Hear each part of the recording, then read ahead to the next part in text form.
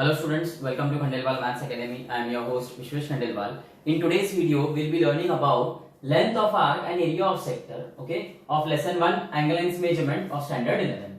अब देखो length of arc और एरिया ऑफ सेक्टर के फॉर्मूलीज पढ़ने से पहले हम देख लेते हैं what is exactly arc and what is exactly sector. अब देखो आर्क क्या होता है? It is part of circumference of circle. Circumference of circle क्या होता है? आपको ये बाउंड्री दिख रही है black, okay, this is circumference of circle. और ये जो अंदर का पार्ट होता है ना, ओके, इसको डिस्क बोला जाता है एक्चुअली, बराबर है, DISC डिस्क. और सर्कल जो होता है actually in true sense circle refers to this boundary only. Circle जो है आप बोल सकते हो ऐसा, देखो you can consider this as कि भाई सर्कल यानी this boundary which is exactly perimeter plus this interior. लेकिन अगर सही मायने में ट्रू सेंस में देखा जाए तो circle actually refers to this boundary which is known as perimeter, बराबर है, which is the circumference of circle, बराबर है. और अंदर वाले पार्ट को, इंटीरियर को डिस्क बोला जाता है.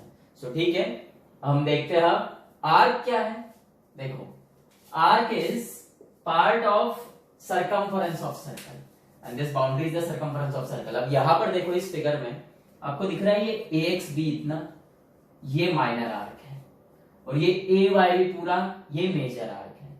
अब ये हो गया आर्क, ओके, काफी सिंपल चीजें हैं. बाद में सेक्टर. सेक्टर जो है it is part of area of circle, ये अंदर वाला पार्ट होता है. अब देखो ये आपको इतना दिख रहा है पार्ट, देखो अब ये शेड कर रहा हूं मैं, ये जो शेडेड पार्ट है ना इतना, ये पूरा, ओके, ये है सेक्टर. मतलब ये आर्क और ये जो दो रेडियस के बीच में जो पोर्शन कवर हो रहा है दैट इज सेक्टर. वैसे ही जैसे ये माइनर आर्क था और AY भी मेजर आर्क था, वैसे ही O-AXB ऐसे पढ़ते हैं इसको. अगर ये सेक्टर का आप नाम ले रहे हो तो O-AXB और लिखते हैं ऐसे O-AXB, ओके, ये आपका माइनर सेक्टर हुआ. और O-AY भी, ये इतना पार्ट, ये मेजर सेक्टर हुआ, बराबर है. सो ये है आर्क और सेक्टर. अब फॉर्मूलीज की ओर बढ़ते हैं. अब आप देखो स्टैंडर्ड 10th में आप देख चुके हो लेंथ ऑफ आर्क और एरिया ऑफ सेक्टर, और स्टैंडर्ड 11th में भी हमें देखना है. दोनों में ही थीटा है, ओके, और ये थीटा क्या है? Central angle. कंपलसरी ये थीटा सेंट्रल एंगल ही होना चाहिए. यदि अगर ऐसा देखो, ये एक सर्कल है suppose,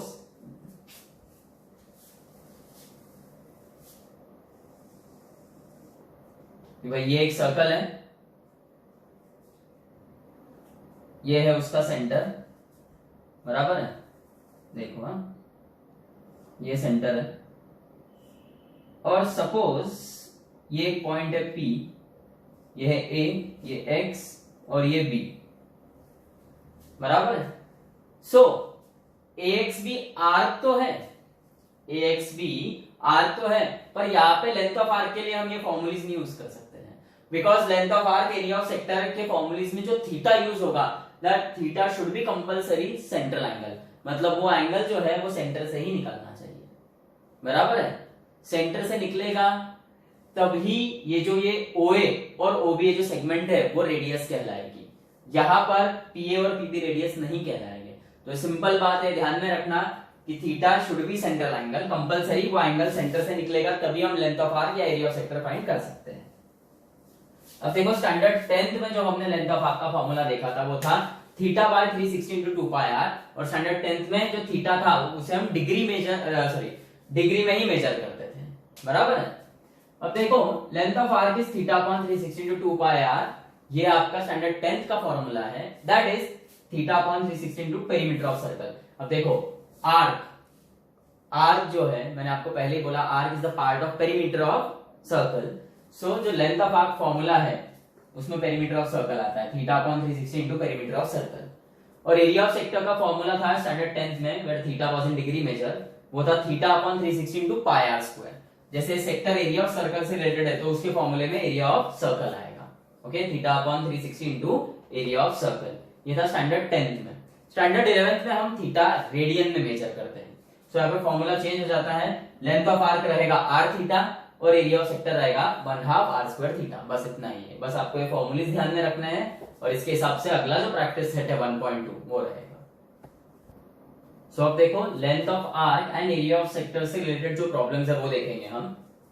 so coming to the first problem which is the 61st problem. अब आप बोलोगे कि ये 61st कैसे है? सो इससे पहले हम ये लेसन के 60 प्रॉब्लम्स देख चुके हैं। ओके, सो हम वही कंटिन्यू कर रहे हैं अब आगे उसी सीरीज में। वो प्रैक्टिस सेट 1.1 देखा था हमने जिसके 60 प्रॉब्लम्स देखे थे। ये प्रैक्टिस सेट 1.2 रहेगा, इसमें problems related to length of arc and area of sector है। तो देखो 61st problem, find the length of arc of circle. Length of arc find करना है जिसका फॉर्मूला आपको पता है r theta, where theta should be in radian measure, ये पता होना चाहिए आपको।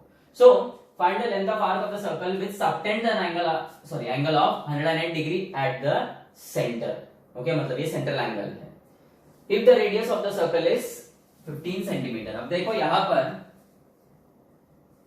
थीटा जो है वो 108 डिग्रीज है, हमें थीटा चाहिए रेडियन में। ओके, सो इसे रेडियन में कन्वर्ट करो। रेडियन में कन्वर्ट करने के लिए हम पाई बाय 180 से मल्टीप्लाई करते हैं। अब 108 और 180 दोनों ही 18 के टेबल में आता है, 36 के टेबल में भी आता है। 36 3 एंड 36 5 सा। सो थीटा हो जाएगा 3 pi by 5 radian. Okay, radius कितना दिया है 15 सेंटीमीटर। और लेंथ ऑफ आर्क क्या होता है? लेंथ ऑफ आर्क इज, इसको एस से भी डिनोट करते हैं। ओके, लेंथ ऑफ आर्क को it is r theta. Radius 15 है और थीटा है 3 पाई बाय 5। ये 5 1 जा 5 3 जा 15, 3 3 जा 9 पाई। सो लेंथ ऑफ आर्क है 9, 3 3 जा 9 पाई। पाई को पाई का कोई वैल्यू डालने की जरूरत नहीं है, पाई को पाई रहने दो। और ये लेंथ है इसलिए सेंटीमीटर आएगा, एरिया रहता तो सेंटीमीटर स्क्वायर आता था। Okay, so length of arc मिल गया आपको 9 पाई सेंटीमीटर। बस इतना ध्यान में रखना है कि जो थीटा है अगर वो डिग्री में तो उसको रेडियन में कन्वर्ट कर देना। ओके, प्रॉब्लम नंबर 62 देखो, the radius of circle is 9 centimetre, find the length of arc of this circle. अब देखो लेंथ ऑफ आर्क का फॉर्मूला क्या है आर थीटा, रेडियस हमें पता चल गया 9 सेंटीमीटर। आगे क्या दिया देखो, find the length of arc of this circle which cuts off chord of length equal to the length of radius. मतलब वो जो आर्क है जिसका लेंथ फाइंड करना है वो आर्क एक कॉर्ड तैयार कर रहा है और उस कॉर्ड का लेंथ और सर्कल का रेडियस ये दोनों समान है। अब देखो लेंथ ऑफ आर्क क्या रहता है आर थीटा, रेडियस तो पता है, थीटा पता ही नहीं है, और थीटा क्या होता है सेंट्रल एंगल। तो सबसे पहले हम देखो यहाँ पे फिगर बना लेते हैं।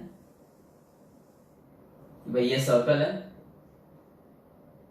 O is centre of the circle, ये OA और OB रेडियस है,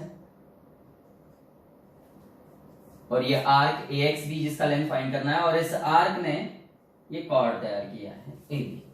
अब ये सब लिख लेते हैं हम लोग पहले। Let O be the center of the circle. Okay. Then segment AB is called OA and OB are radius of circle. और रेडियस ऑफ सर्कल कितना बोला है हमें? Radius of circle R is 9 centimeter. और as O is the center of the circle, angle AOB is central angle. अब देखो एक और चीज बोली उन्होंने हमें, वो ये कि length of chord is equal to length of radius. देखो so length of chord of circle is equal to length of radius। इसका मतलब OA is equal to OB is equal to AB। अब देखो length of chord is equal to radius बोल दिया है, मतलब OA, OB और AB सब सेम रहेगा। इसका साफ साफ मतलब है ट्राइंगल एओबी क्या रहेगा, equilateral triangle.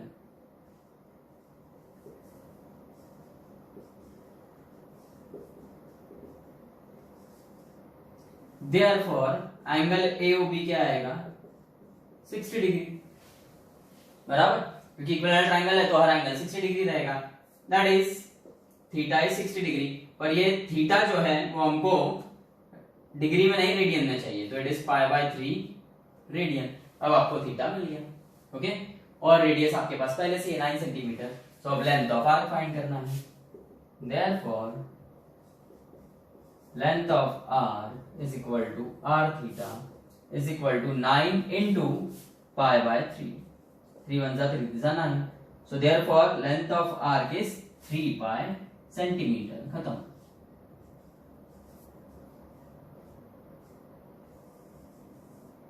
Okay. 63rd sum देखो। A pendulum of length 14 centimeter oscillates through an angle of 18 degree. Find the length of its path. अब सपोज ये वो पेंडुलम है, ओके। ये पेंडुलम एक्सट्रीमिटीज में मतलब ज्यादा से ज्यादा ये साइड इधर तक जाएगा और ये साइड इधर तक। सो हमको क्या फाइंड करना है, अब ये जो पेंडुलम है जब ये घूम रहा है यहां से यहां तक आ रहा है, ओके।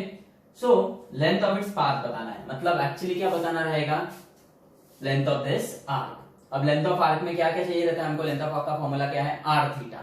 सो रेडियस का वैल्यू पता होना चाहिए और थीटा क्या है वो पता होना चाहिए। अब यहाँ पर इन्होंने बोला है पेंडुलम ऑफ लेंथ 14 सेंटीमीटर, मतलब ये हुआ रेडियस। सो देखो हम लिखते वक्त क्या लिखेंगे, length of pendulum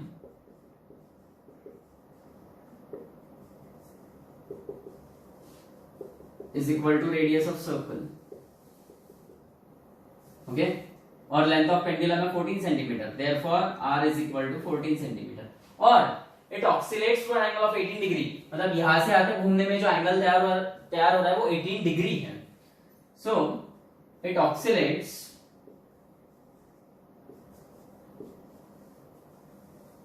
through an angle of 18 degree, therefore theta is 18 degree.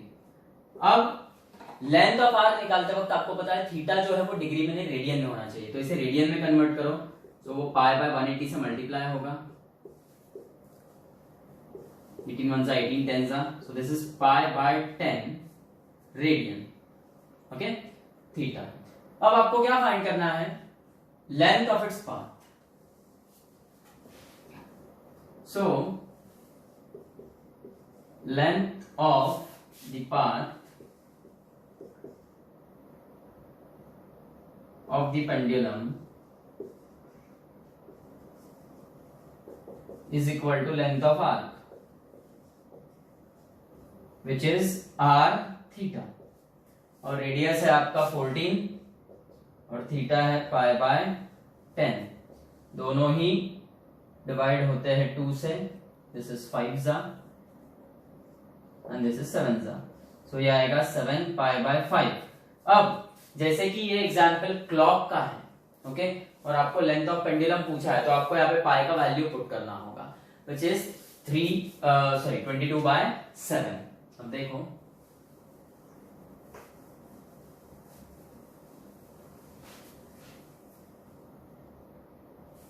That is equal to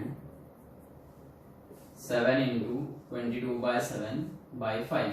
7 7 cancel तो ये बचेगा 22 by 5 and 22 by 5 is nothing but 4.5 4 size 20, 2 बचेगा, okay, 4.4। therefore length of path of the pendulum is 4.4 centimeter, okay। Next question देखो, question number 64। Two arcs of same length subtends angle of 60 degree and 75 degree at the centers of two circles, okay। what is the ratio of radii of these two circles? अब देखो क्या बोला है, two arcs of same length, दो arc है, दोनों का length same है, दोनों के एंगल जो है सेंट्रल एंगल वो अलग अलग है 60 डिग्री एंड 75 डिग्री, और दोनों के रेडियस का रेशियो पूछा है।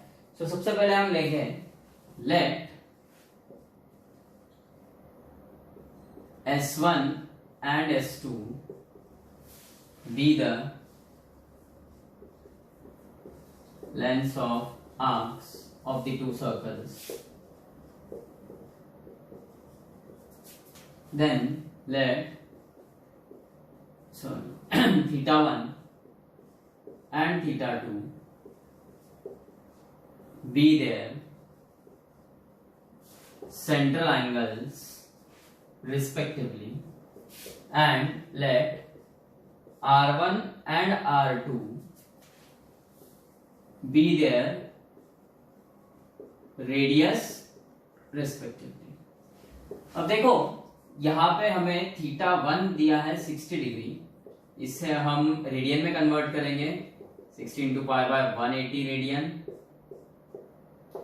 0 0 कैंसिल, 6 1 जा 6 3 जा, so theta 1 is pi by 3 radian, okay.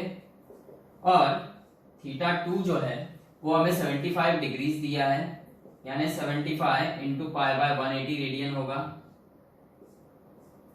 दोनों ही 15 के टेबल में आते हैं, 15 5 जा एंड 15 12 जा, सो आपका जो थीटा 2 रहेगा वो रहेगा 5 पाई बाय 12 रेडियन। अब देखो थीटा 1 थीटा 2 रेडियन के रूप में आ गया, हमें फाइंड क्या करना है, ratio of radius of these two circles, मतलब R1 अपॉन R2 फाइंड करना है। अब देखो length of arc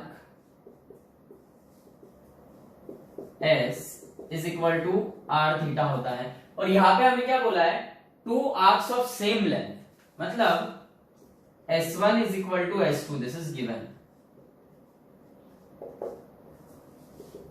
length of arc S होता है R थीटा, तो S1 होगा R1 थीटा 1 और S2 होगा R2 थीटा 2।